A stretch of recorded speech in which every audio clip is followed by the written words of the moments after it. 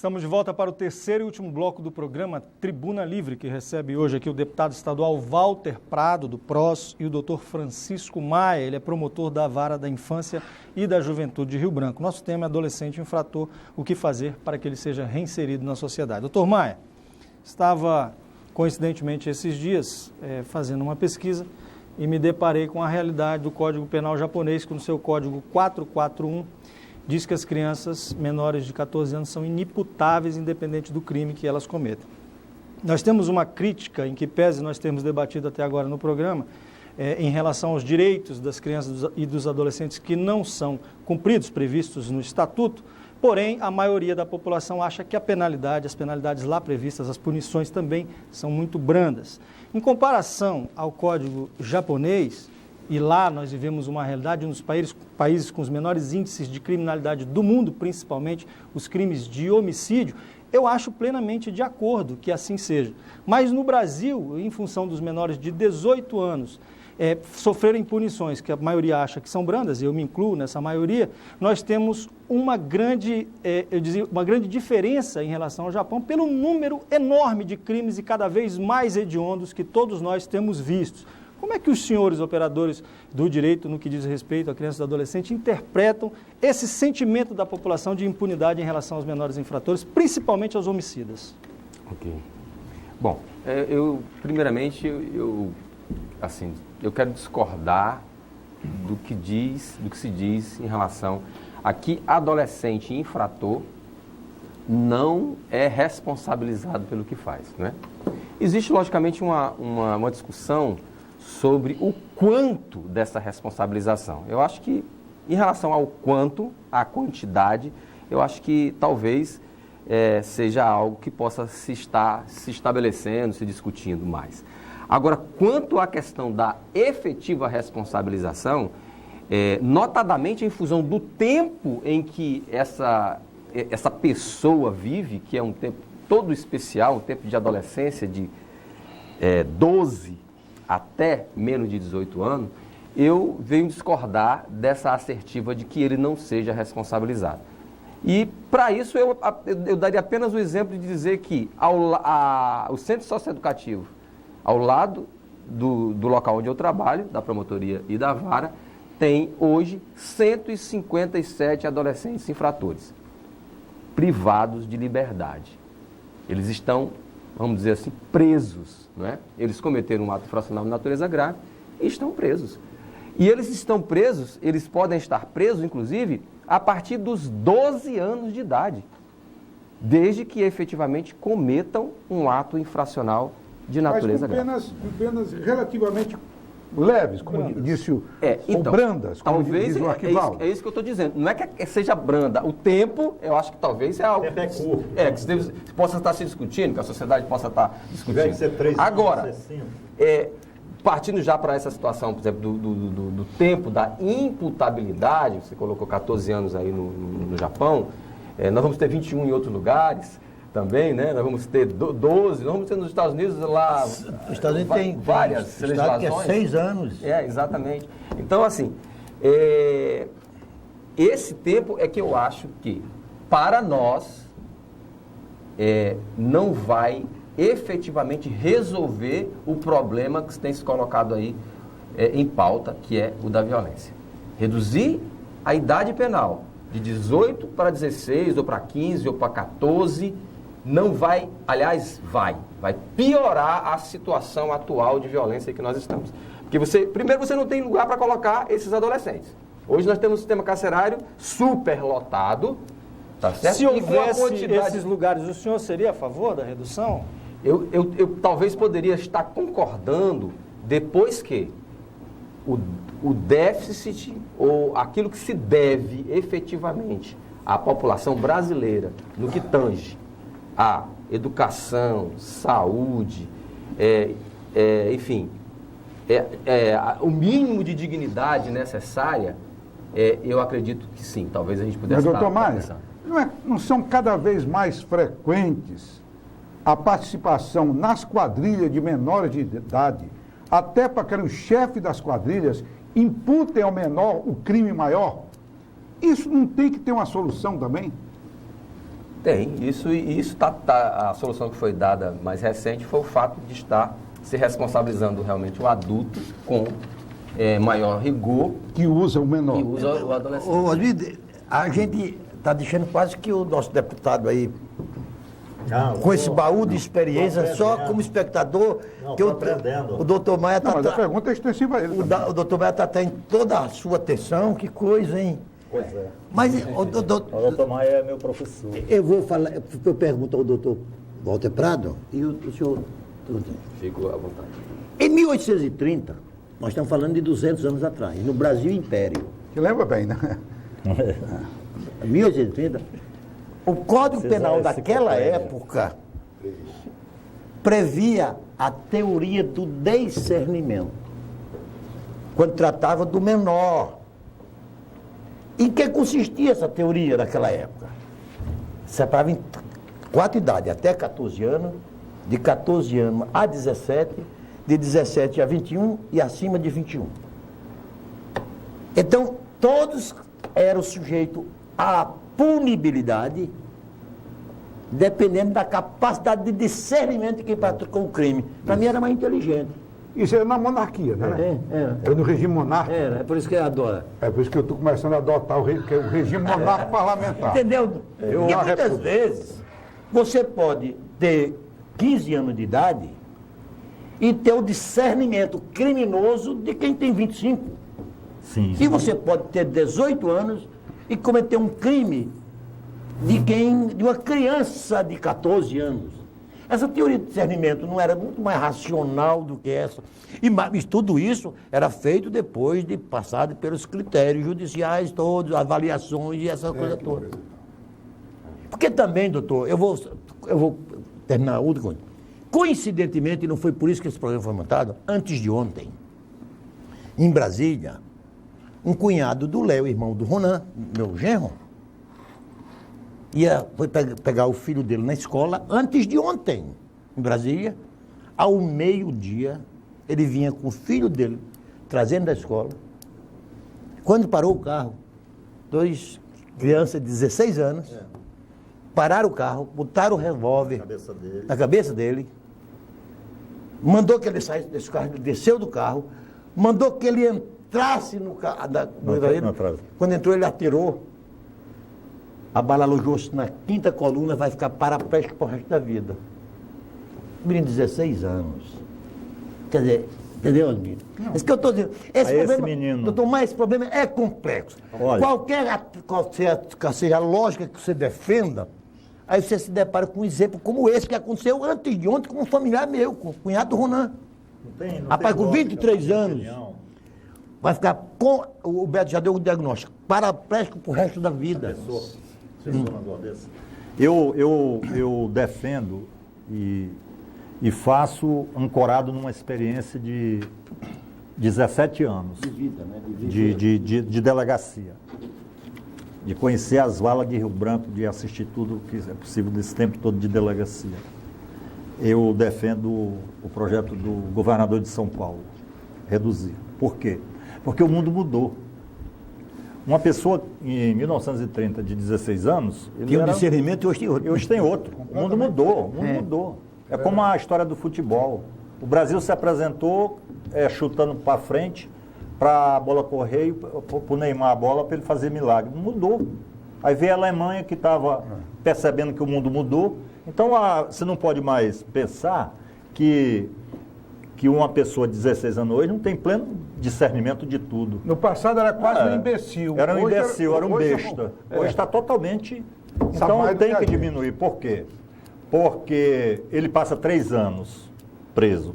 Esse daí que deu o tiro. Ele vai passar 3 anos, como afirmou o doutor Maia, preso realmente. Não é solto, não. Mas aí depois ele está solto. E com a ficha limpa, é verdade, doutor? Com a ficha limpa, não, sem nenhum registro.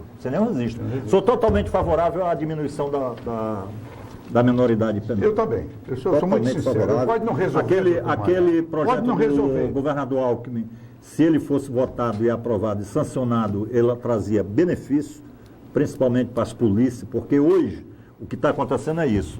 Você trabalhando, você vai vendo. Os caras infiltram o menor. Na hora que você invade qualquer coisa, tudo é do menor. Exatamente. Tudo é Agora, do só menor. tem o quê? É. À medida que você for reduzindo a idade penal, Aí pode. vai chegar um momento em que você vai cada vez mais querer reduzir a idade penal. Então, o que precisa resolver é causa. Causa precisa ser resolvida. Eu até admiro essa questão do discernimento, aquela coisa toda. Mas, e quando você não resolver causa, cada vez mais o crime Aí organizado... depois vai ter que voltar para 14. Vai, tem projeto para 11, tem projeto para 8 Mas eu pergunto, a causa é social? Não é, né? Só social. Não só ela, né? Não é só, Contribui, né? mas eu diria que no estágio que nós estamos prepondera, de certa forma. Né? Se você pegar o perfil do adolescente A infrator... estrutura familiar. Exatamente. Se você pegar o perfil do adolescente infrator, você vai ver que o que foi devido para ele durante esse tempo de vida que ele tem é muito grande, do ponto de vista da presença do pai, da mãe, exato. né? Da efetivo acompanhamento. Ele foi abandonado. Da religião.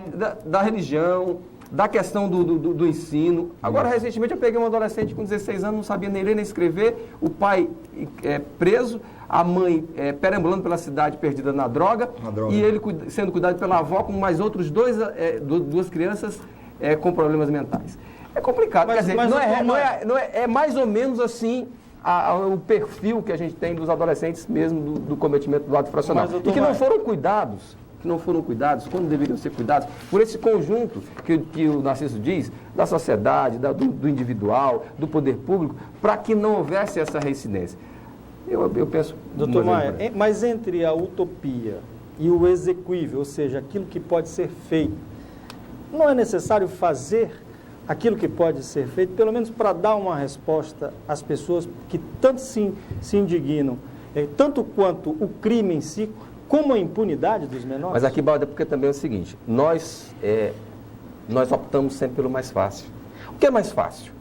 É você enfrentar essa situação de forma decisiva mesmo, com vontade política, com buscar uma justificativa fácil. Ou você reduzir, você mudar a lei. Mudar a lei é muito mais fácil, Eu não tenho dúvida. Mas não foi isso, doutor, que aconteceu quando criaram o Estatuto? Apenas criaram uma lei justamente para justificar toda uma causa? Exatamente, mas o que nós temos que... Inteligente sua pergunta, viu? O que nós temos que fazer, eu concordo, mas o que nós temos que fazer, na verdade, é avançar e não retroceder. Sabe por que, doutor Maia? Me perdoe. Porque se nós cumpríssemos, se a sociedade brasileira e as instituições juntas cumprissem o Estatuto da Criança e do Adolescente, eu queria ser criança. Olha, Narciso, agora você falou tudo, Narciso. Não para você ser criança, mas para resolver muito dos problemas que nós temos, inclusive de violência. A minha opinião é que eu acho que não há uma prioridade de política de governo. Não há, é gestão. Não há uma prioridade. Osmi, o artigo 227 da Constituição vai falar que criança e adolescente, repetido no artigo 4º do Estatuto da Criança, é prioridade absoluta. E o Estatuto define o que é prioridade absoluta. No parágrafo único, nas alíneas. Ele vai dizer que entre uma das alíneas está escrito assim: destinação privilegiada de recursos na área de proteção da infância e juventude. Agora, Narciso... E tinha que ser assim, doutor Maia, porque se você tiver duas prioridades, você não tem prioridade. Nenhuma. Então só pode ser uma. Só pode ser uma. Mas, Narciso, isso me lembra o seguinte, viu, Arquibaldo?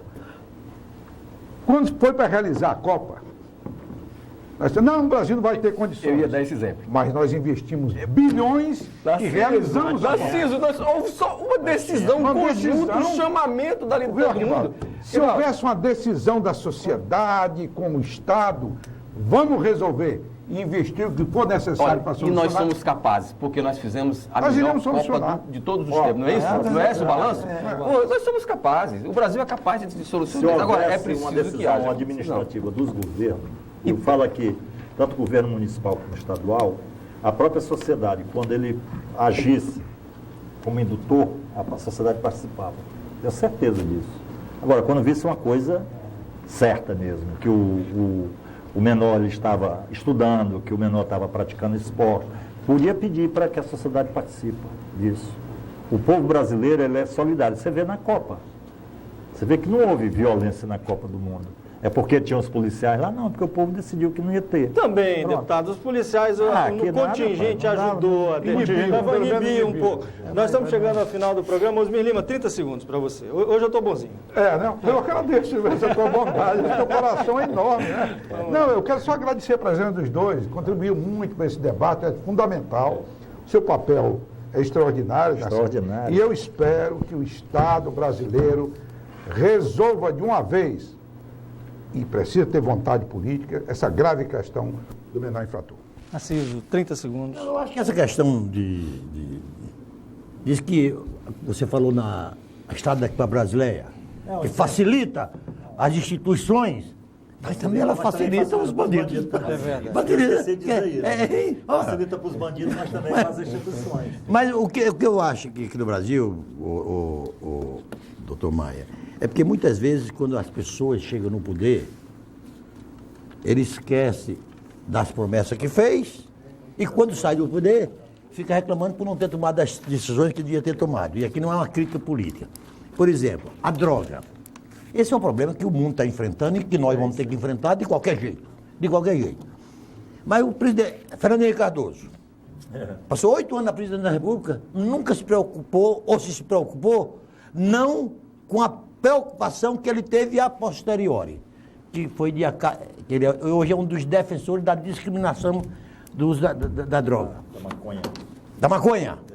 Quando ele tinha poderes para fazer valer, não fez. Então, me parece também é que os homens, os nossos representantes, quando chegam no poder, eles se esquecem das suas prioridades. É isso que eu queria dizer. Deputado Walter Prado, 1 minuto. Agradecer, né, Arquivaldo? Agradecer a você, Osmir e o Narciso, até pelas perguntas. Eu acho que aqui esse tema foi bom, doutor Maia, e outros programas dessa natureza devem promovê-los, porque eu acredito que essa questão do menor é o assunto mais importante. A minha preocupação, se um dia tiver ainda, como disse o Narciso, poder exatamente para tratar essa questão do menor no Acre, principalmente essa possibilidade dessa invasão de drogas que está sendo aqui às fronteiras, né?